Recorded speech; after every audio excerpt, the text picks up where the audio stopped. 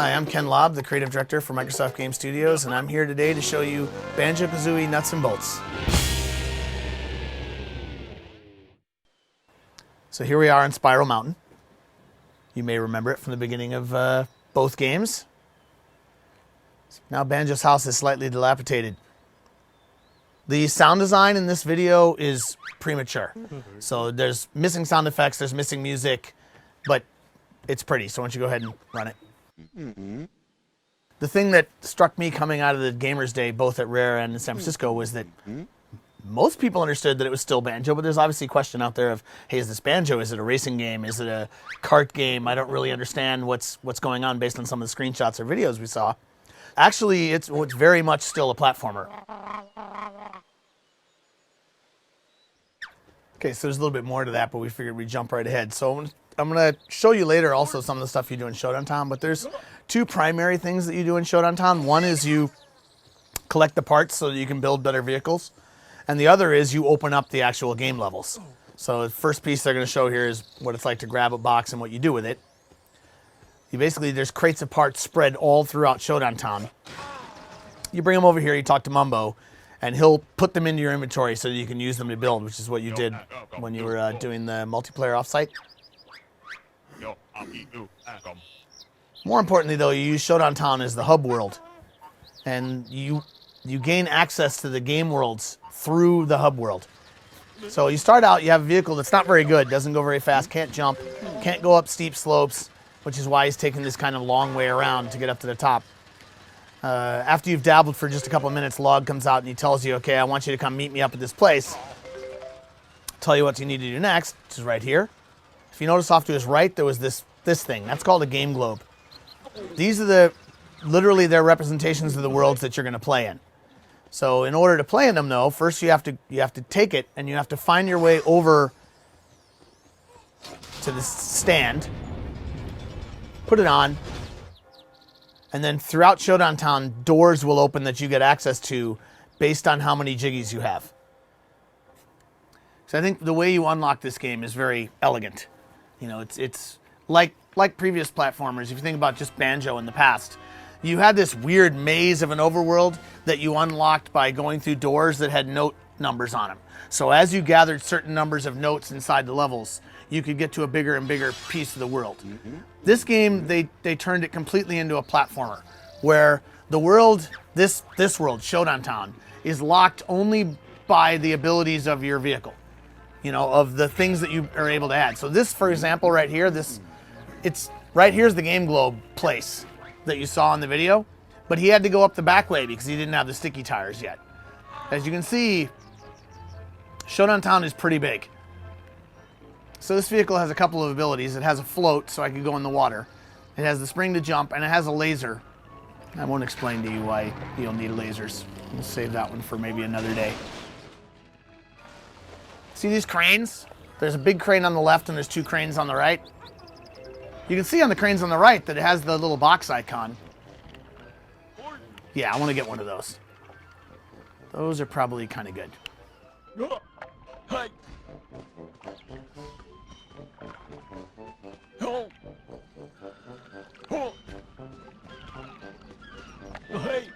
The primary function that Kazooie has in the game is she carries this wrench, and the wrench is used for many different things. One of the things that the wrench is used for is to turn these devices. So you basically grab with the wrench, and then you twist the controller around, and it'll move different things in the game. So I'll shake my box free.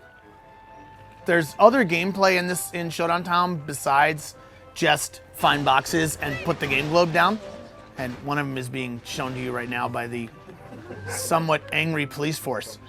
So if you look over here, little gumball machine looking thing with a 0 in it. So that's a jiggy dispenser. So when you go into one of your worlds, like what you'll do today to collect jiggies, you don't just get the jiggy. You get the jiggy out of game world and put into the jiggy dispenser. At first it's simple. I just have to come over here. I have to do my typical grab the thing and spin it, and a jiggy will pop out right here. And then I can put it up, and then I carry it over to that, and it sticks the jiggies up into this device. This is showing 100 because I cheated my way, right? So you just carry the jiggy here and it floats up. The number of jiggies you have determines which one of these doors, the doors that are up, see there's one right there, there's one over there. Those have jiggy requirements, kind of like Banjo and Banjo-Tooie. So your very first door you can go in with 0 jiggies, but every door after that, you're gonna need multiple jiggies to get into.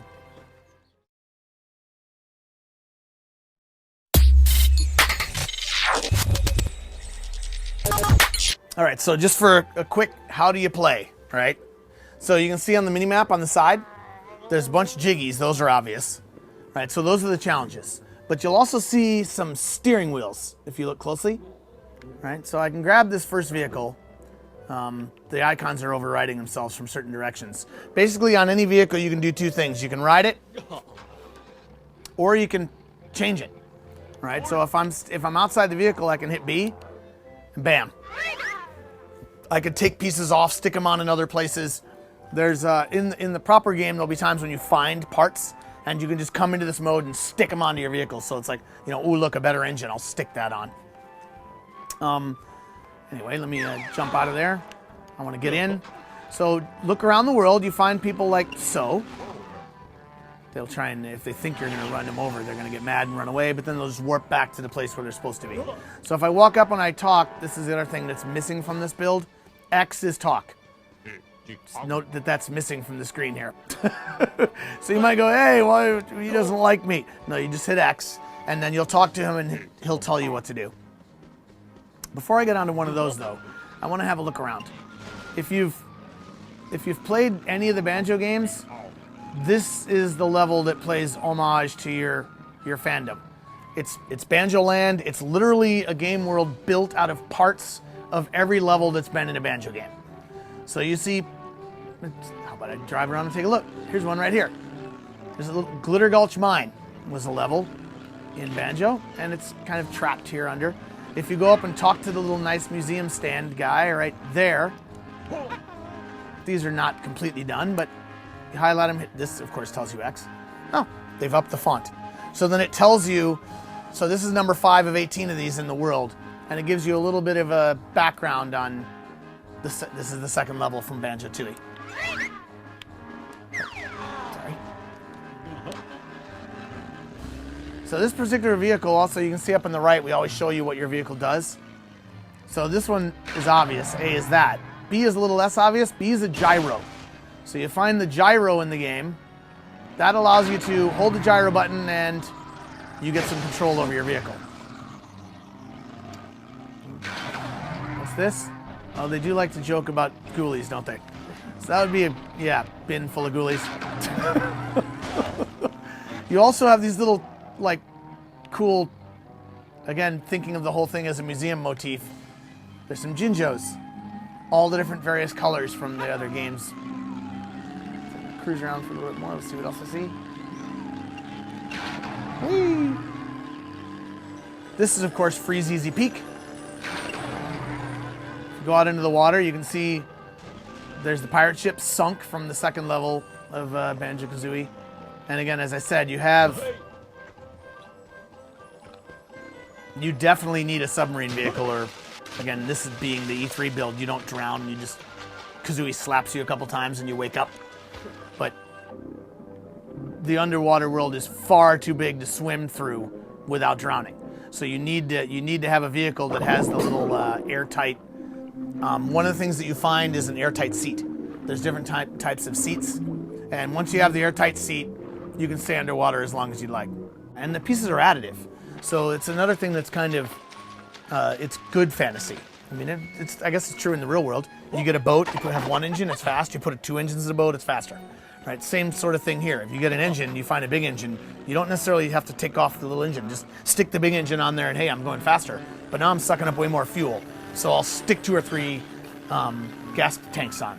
But jumping is a good analogy of that. You stick one spring on and you're going to jump so high, but you can find multiple springs. And those will give you additive abilities.